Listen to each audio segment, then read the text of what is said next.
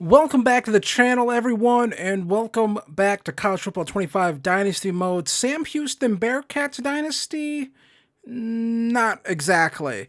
If you've been following this channel, you know I did do a Sam Houston Bearcats Dynasty. It was an offline file that got lost.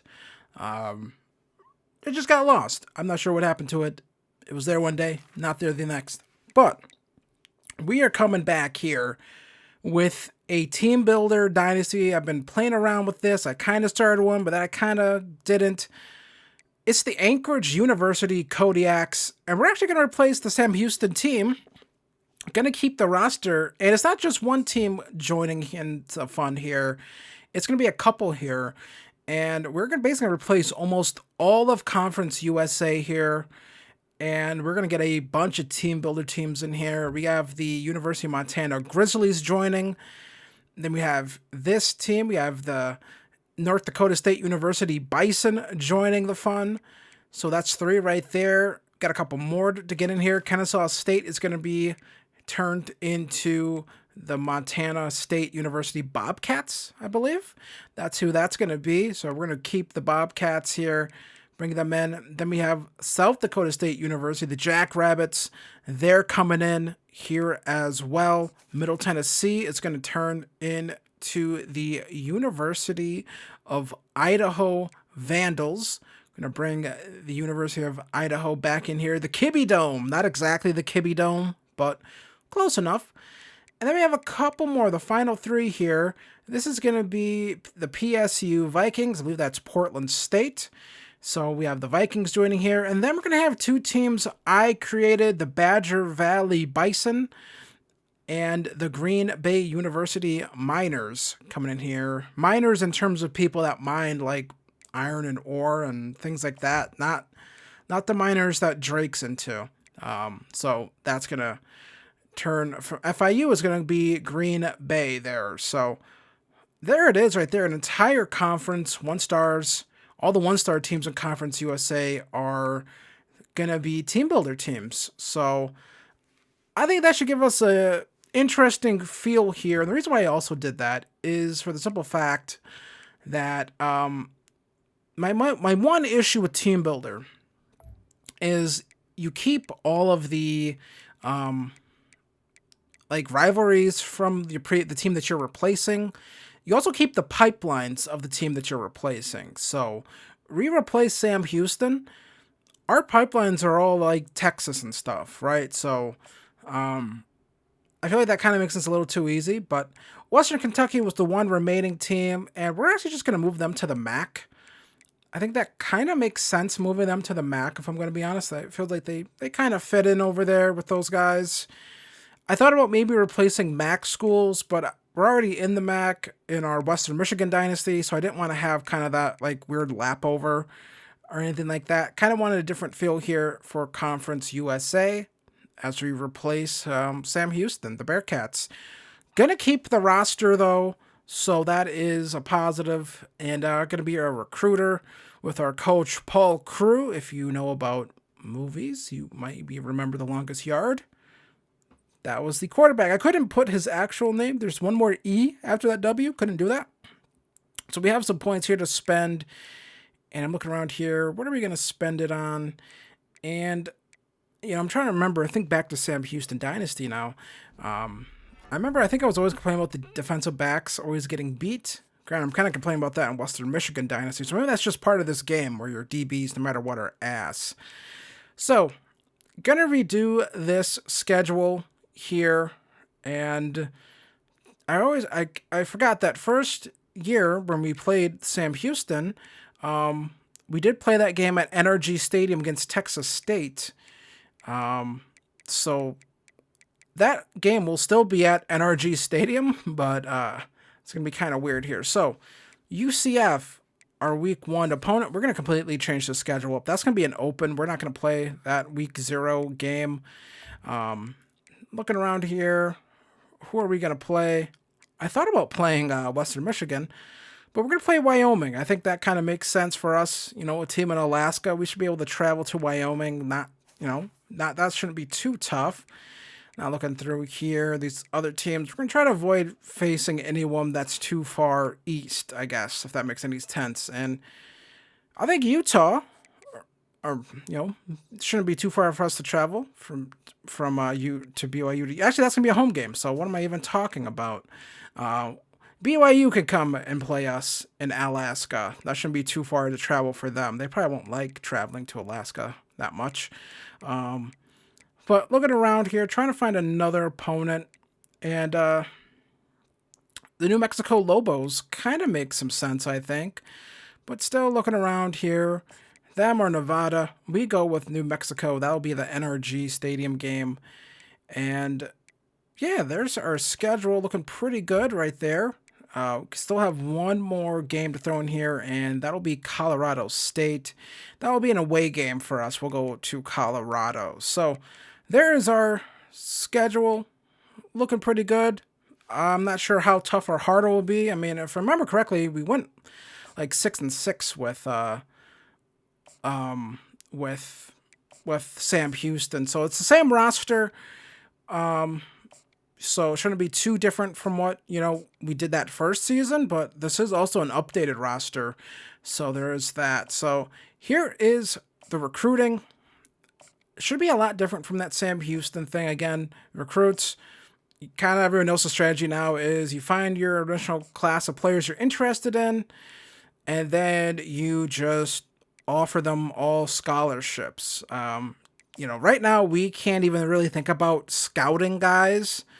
We don't have enough hours to be going around scouting people. That's just not really something we can do. So instead of that, we will, again, just offer the scholarships to all of these players. There's some 3-stars on here.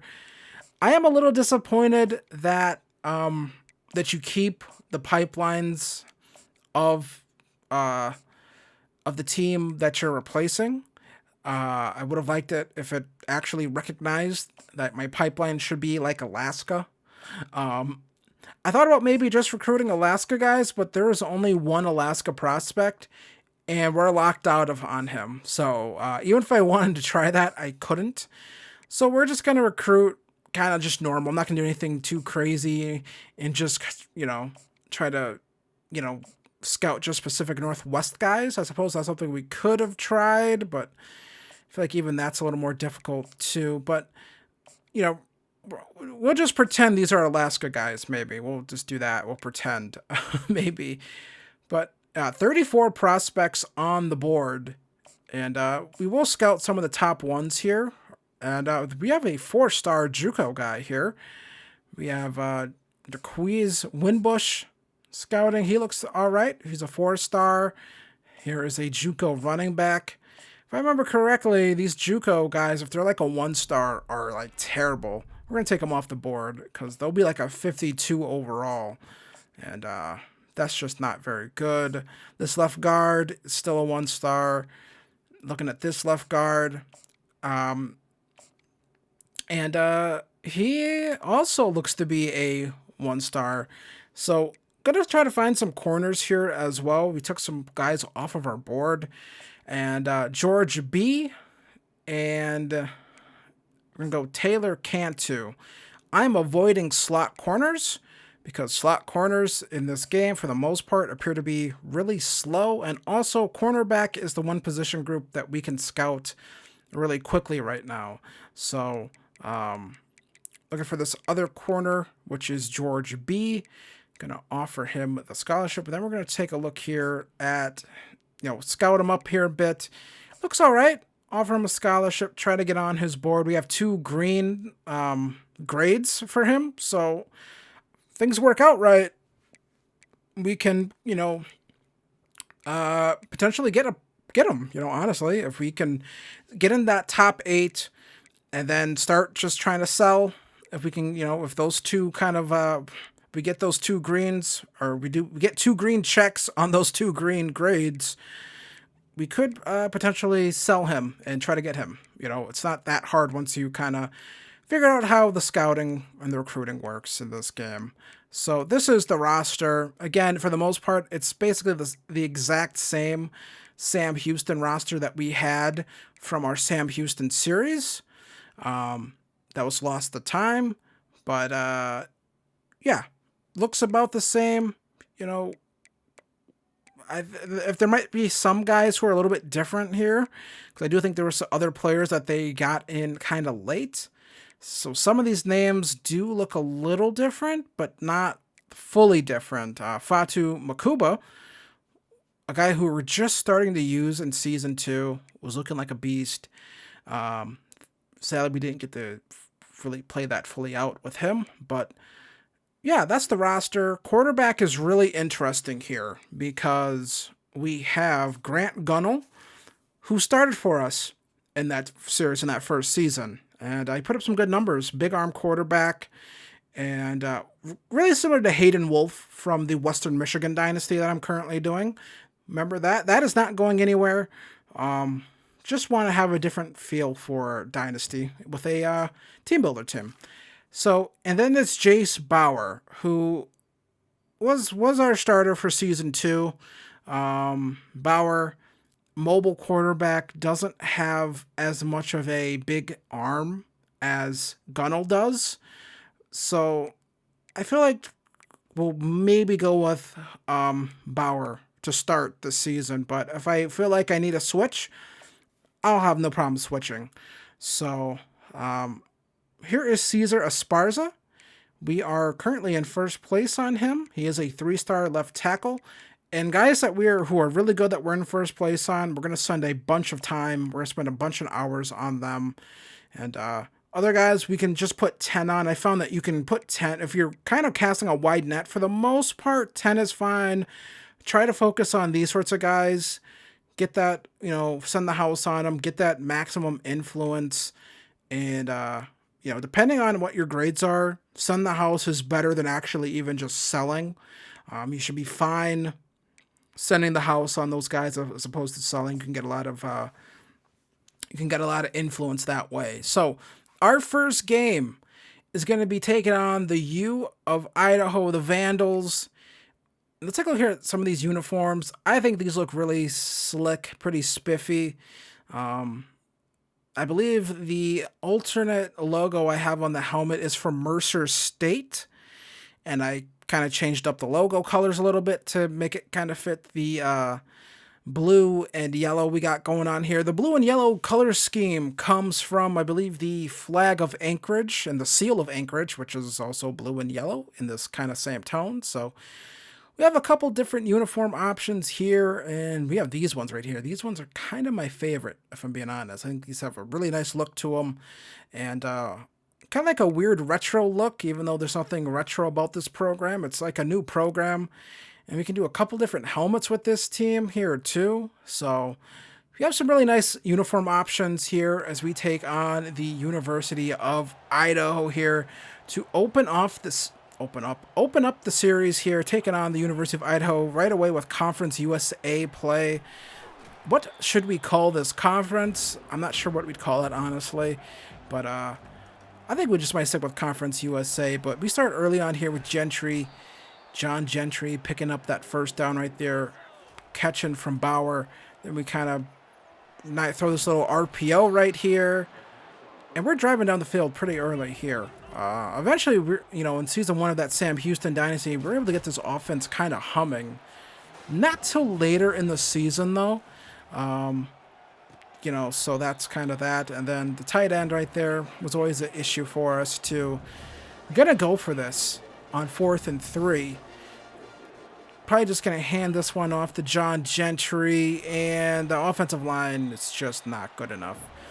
Again, all coming back to me, the Sam Houston Dynasty, we had a tough time running the football until we changed the playbook, if I'm correct. Just because this offensive line, not this one of Idaho, but this offensive line for what is now the Anchorage University Kodiaks, could not block. They were pretty terrible at blocking, if I'm being honest here. And our defense was also pretty terrible at times. I mean, every game was like a big-time shootout. Tried getting the cornerback blitz there to work. Tried hit-sticking the quarterback, maybe force a fumble. Instead, we we still get a fumble. We get a sack with someone else. So 3rd and 18 here, playing man coverage, or not man, playing zone, but I'm usering the hell out of that guy right there. Was able to take away 3 routes right there with that user. And so we force a field goal here, and they make it. So one of the things that I hope they get right with Teambuilder next year, maybe even update this year, but some of these stadium assets that kind of keep the old team's identity that you're putting on the stadium, I would love for that stuff to change or give us some generic stadium options, so we can kind of have that stuff not look like UTSA still here and what is supposed to be the Kibbe Dome. Yeah, just kind of something I want to see. But we come back here, 3rd and 7, trailing a little bit here. Going to try to get something going, and it's our offensive line. You know, if you watch Sam Houston Dynasty, you would know the offensive line really frustrated me a lot that first season. It was just a big sore spot for us. And we come back with that corner blitz again, and this time it does work, honestly. 2nd and 16, did not bite on the play action, just drove right through the quarterback. I miss a tackle right there. This series, we are going to have wear and tear on, because the reason why I turned wear and tear off in the Western Michigan Dynasty is because I incorrectly assumed that wear and tear works kind of how progressive fatigue works in Madden, where if you turn it off, not only does it no longer affect you, it doesn't affect the CPU as they score a touchdown. But I figured that wear and tear kind of worked like that. If you turned it off, the effects just goes away for everyone. Well, that's not actually the case. The CPU will still deal with wear and tear. Only difference is you won't deal with wear and tear. So we throw a screen right here. The offensive lineman's just not helping at all. I mean, he's just hustling, I guess, so he doesn't get yelled at when we look back at the tape. But it's like, dude, go up there and block someone. I mean, what are you doing? So this is one of the players that I am happy to be playing with again. Ife 80, back again with us. Enjoyed playing with him that first season. That first season of Sam Houston. Was a senior. We get sacked because, of course, we do. Trying to navigate the pocket. That probably should have been picked off. 4th and 15 coming up here. We're going to not go for this. We're just going to kick the field goal and make it. There you go. So a decent drive. We get some points on the board. Kind of stalled out because we got sacked. So 2nd and 3 now. And this quarterback's running for his life. We bring him down. That's our 4th sack of the game. So, we're able to get some pressure here on the quarterback. They're going to run this football here, and we're going to bring them down. 4th and 7 now, and we're going to call a timeout and try to save some time here. 3rd and 13 here, look in, Bauer all day to throw, and he just misses this one. Yeah, that's not ideal. So we come back, 3rd quarter. Here's Bauer again on the run, and this is the dynamic Bauer was going to give us for season 2 of Sam Houston that Gunnell didn't give us. Can get outside the pocket and run. Right? I feel like for smaller schools, we get sacked right there. 2nd and 10. Now it turns to 3rd and 16. I feel like for smaller schools, it's tougher to find those kind of statue pocket guys. I feel like you can always find like these Jace Bauer types that are kind of athletic guys in this game. But we bring in Gunnell here because it's 4th and 16. So I need someone with a big arm to throw this. And we are going to hit Malik Phillips for the touchdown. That should tie this game up, but it's coming back. It's a hold. And you didn't even hold well because pressure still came in. So we end up not getting the points. And we end up having to punt it away. Points get wiped off the board. 2nd and 6. We allow them to convert that one. 3rd and 6 now. Can we get them off the field? Quarterback has a lot of time to throw, and that throw takes the receiver out of bounds. So Kellen Stewart goes out of bounds. So now we're just going to keep Gunnell in the game at this point, because I'm like, all right, well, we need to maybe get this ball up and over this defense here, and the guy who can do that for us is Gunnell. And going to throw this one to 80 underneath. Pick up that first down right there. So trying to drive here, but now 3rd and 10 here. Can someone win? We're going to get just immediate pressure right there. And 4th and 10. We're going to go for this here.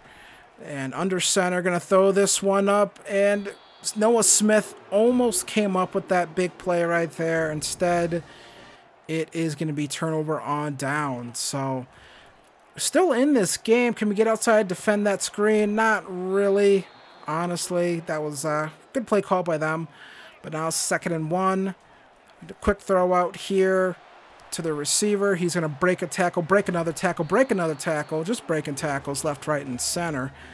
And now 1st and goal here at the 6. Going to send a man in motion. Going to be a quick throw out here to the tight end and into the end zone. He goes as the Vandals now going to make this a 2-possession ball game in terms of, scoring touchdowns.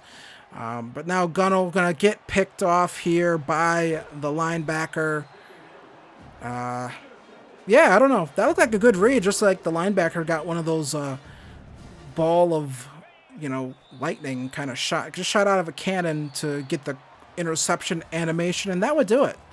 17-3. We're going to drop this one. And, yeah, that reminded me a lot of Sam Houston Dynasty. Honestly, that first season before we went on that win streak to close out the season. So, looking at some of these stats here, Gunnell did throw an interception, but he also did actually throw a touchdown pass. It just got wiped off the board because one of our linemen can't, block decently without grabbing someone. So, not sure who's going to start for us in our next game. I haven't decided that just yet. But, Bauer did have that big run as well. So, again, there's pluses to both of these players. Depends on what we want to do here. Again, in college football, you can't exactly tank. There's no benefit to us just losing a bunch of games. That does nothing but actually actively hurt our standing with recruits and things like that. So just losing games is not a really good thing. We're able to get sacks and stuff though. So David Fisher had 1.5 sacks right there. No turnovers though, so that's a little disappointing. But yeah, the quarterback that's going to start is going to be the one that gives us the best shot at winning. Because again, no benefit whatsoever in losing. So, that offensive line performance tells me we need to focus on recruiting offensive linemen. And I probably should have spent that initial 5 points on the O-line. But, yeah. So, as of right now, I lied a little earlier. As of right now, Gunnell is going to start. Does have the better deep accuracy. Does have better medium accuracy, does have, short accuracy goes to Bauer, but also Gunnell has better throw power. So that's what we're going to go with right now. And quick look here at the recruiting board. We're in first place with a lot of decent prospects, some 3-stars, a lot of 1-stars. Second place with some 4-stars, but that's kind of the board right now. We've taken a lot of players who we, weren't good on off. And that allowed us to kind of, put more hours into, the 3 and 4-star guys. So not looking too bad there. And so there it is. That is the first episode of Anchorage University in the books. I want to thank you guys for watching this. Come back next episode. We're going to be taking on Wyoming. Not sure how that game's going to go. Again, I have some familiarity with the team already, but, I'm a little more familiar now with my Western Michigan team, so it's kind of strange. But I want to thank you for watching this video. Hit like, hit subscribe for more, and I will see you guys in the next one. Peace.